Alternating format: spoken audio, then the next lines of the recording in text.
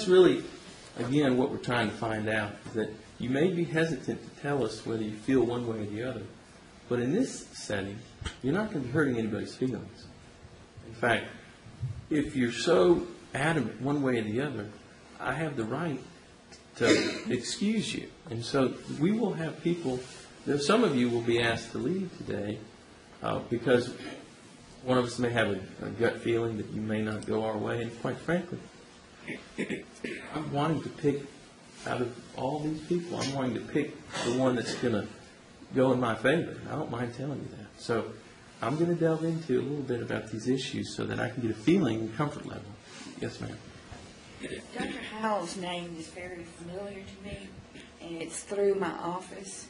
I don't know whether he was an expert witness or a treating physician, but the name is familiar.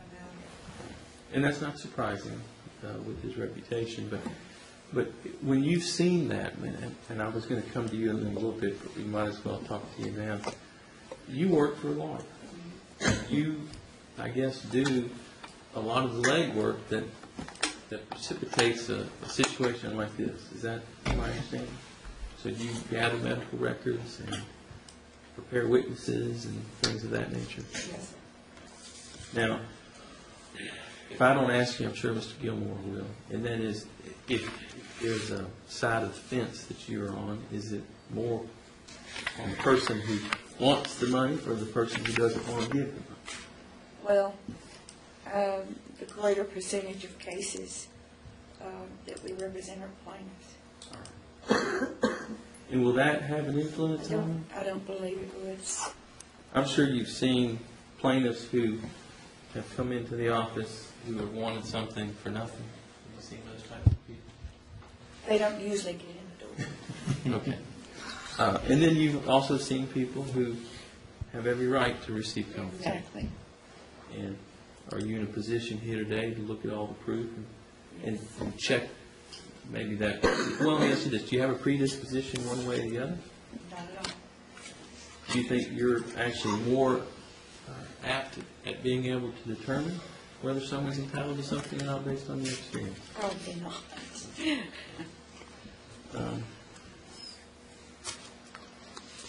I want to talk a moment about physical injuries. This case, yes, sir. Could you speak up a little bit? The acoustics in here are really bad, and I'm kind of hard of hearing. I will. I guess. Should I use the microphone here? Well, you've got a microphone right there at the podium, so if you stay by the podium, that'll pick you up. Just keep the voice up there. Do let us know, ladies and gentlemen. You're exactly right, Mr. Lewis. I think that you are right, as I believe you said, that the acoustics are terrible in this room. It seems as though we're very close to each other, but these were not designed as courtrooms. These were designed as warehouse space when they were first built. And I think that, particularly over that corner, you all sometimes have a hard time hearing. Raise your hand. Let us know, because it doesn't do any of us any good if you don't hear what we're saying. So please do just what you did. If you can't hear, let us know. Thank you. Go ahead. Mr. Freeman, keep your voice up, please. Okay. I don't like this podium. It kind of restricts what I can do, but I'll try to be as loud as I can back here. What I want to talk about are preconceived notions. As Judge Brothers talked about, we want to try to find out what kind of notions you might have about the litigation context. So let me see a show of hands of those people that believe that we just have too many lawsuits. Anybody think that? All right. Where do you get that impression from? Is that something you get from the media, or is that how do you come to that conclusion? Anytime there's a bad accident, good example, and the one I told you about the physician NHB, the next day you have over a dozen lawyers getting on there wanting to sue nursing home, family members have something happen in 12 hours and have a lawyer trying to represent them, and pretty much one of them, she had it after the third time, said, I am going to sue. I'm going to sue you because you keep harassing me. So yes, there's... All right. And I guess that's just a part of our profession, that there are people out there that do that. But what about in a car accident case where you get rear-ended, let me see a show of hands from those individuals who think that if you were to get rear-ended and you were to seek medical treatment and and incur medical bills, how many of you, if you had to, would file a lawsuit to recover the damages you sustained? Let me see a show of hands that say that that's okay to do that. Any of you, I'm looking around, any of you think that that's not okay to file a lawsuit to recover damages that you've incurred? I didn't see your hand go up, sir. What's your feeling on that? I feel like it's all right. It just depends on the circumstances. In the way I feel, it just depends on the circumstances and just the total of the damages and everything and injuries. So, I mean, if it happened to me, I would have to look at how much I had to spend out as far as damages and what injuries I sustained. So is there a threshold then for you in the sense that if you don't incur much, then you might not go to the trouble? Is that? I mean, if I get bodily injury, yeah, we go in court. But I mean, if it's just a tail light or something like that, then no harm, no foul. I'm not going, So if I understand you correctly, if there was no property damage in this case, or if there was very little, you might not only question yourself pursuing it, but you might question a person pursuing the claim. Well, like I said, it just goes back to the total of the damages. If it's real bad, of course, we're going to court. But if it's small, it's just a minute thing, I'm not hurt, the car is, like I said, it's just a tail light, then if I can replace the tail light with $40, then it's no big issue to me. But if there's major damage, then yes, I would expect the other party to take care of that responsibility. Anyone else feel that way as well?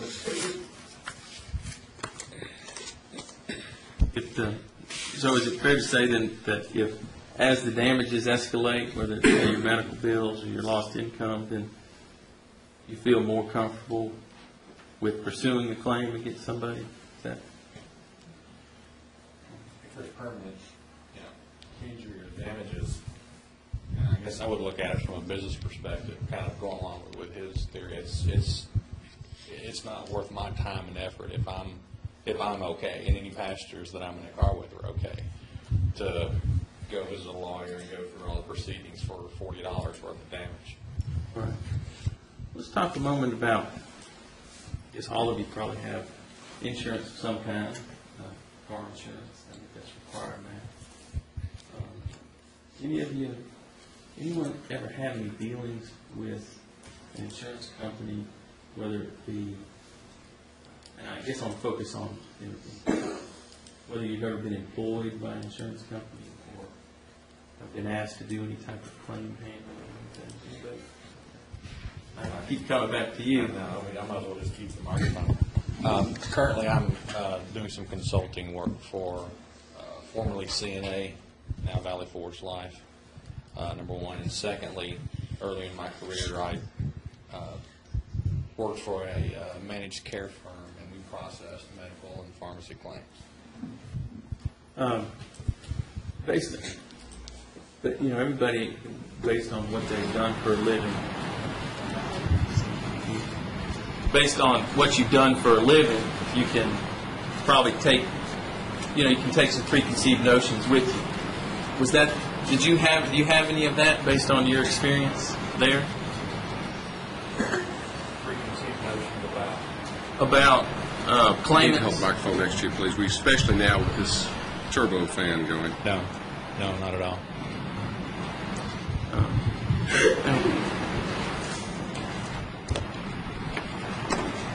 Is it Miss Aldridge? Now, you've indicated that you had a car accident and you had some neck and back pain. What type of treatment did you get as a result of that?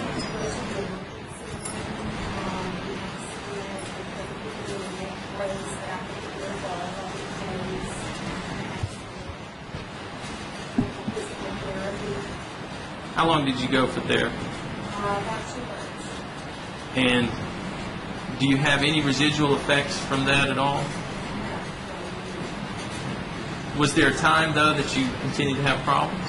Yes, sir. I had liver condition in my neck,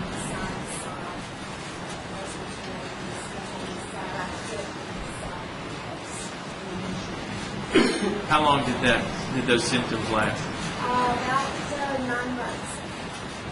And did that affect your ability to work? I was out of work for 11 days. Oh my God. So after that, you didn't have any problems getting your job duties done? No, sir. And did you pursue a claim in that? No, sir.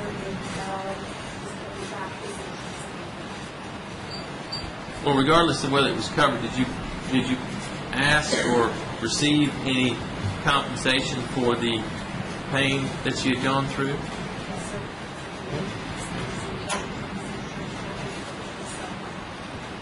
You feel that was warranted under the circumstances?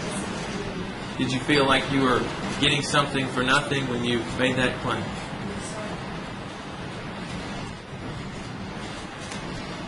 Did you, other than the neck brace and the treatment, did you have any surgery or anything? He was not. Would it matter? Of course, it matters whether someone's been drinking or driving, but does it matter? How did the accident happen? Just briefly.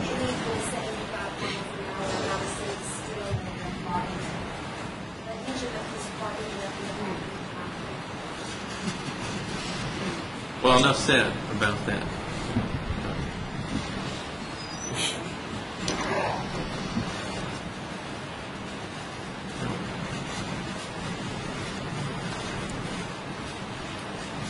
Now, I just got this list this morning, I guess after, or shortly before I think you walked in, so I'm studying this to see what questions I may have from each of you. Now,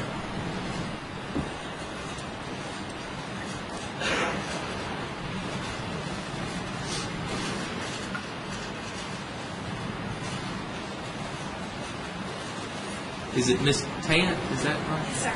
Now, as in-house counsel for Dollar General, do you deal with workers' comp claims or anything of that nature? No, I do not. We have a risk department, and we're self-insured, and we handle all those claims from outside legal counsel. We're in over 30 states. All right. I guess you'll be taking your coats off here in a few minutes. So I want to just get an idea of what you might be sharing with the other jurors if you were to go back in that jury room, if you're picked as one of the jurors here in this case. What experience do you have in pursuing or handling or defending personal injury claims? None at all. Okay.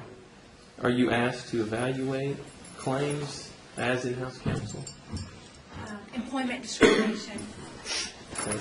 So instances where someone feels like they've been wronged at their work. Right. Do you